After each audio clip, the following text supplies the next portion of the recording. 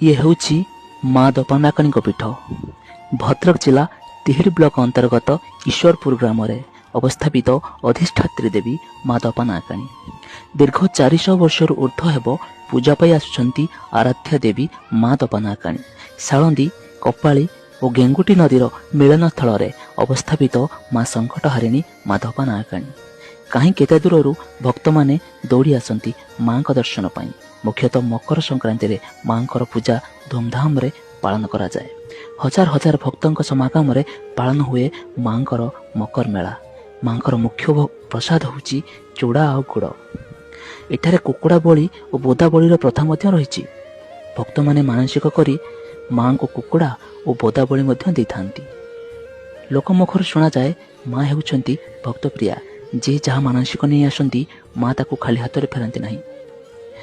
ମା ଦପାନାକାଣୀ ଗେଙ୍ଗୁଟି ନଦୀ କୂଳରେ ତେନ୍ତୁଳି ଗଛ ମୂଳରେ ପୂଜା ପାଆନ୍ତି। ମାଙ୍କର ଇତିହାସ ମଧ୍ୟ ଅତି ସୁନ୍ଦର। ଓରାଳିର ଚୌଧୁରୀ ବଂଶ ଯେତେବେଳେ କାଠ ଭେଳା ନେଇ ନଈରେ ଆସୁଥିଲେ ସେତେବେଳେ ସେମାନଙ୍କୁ ସ୍ୱପ୍ନାଦେଶ ହୋଇଥିଲା।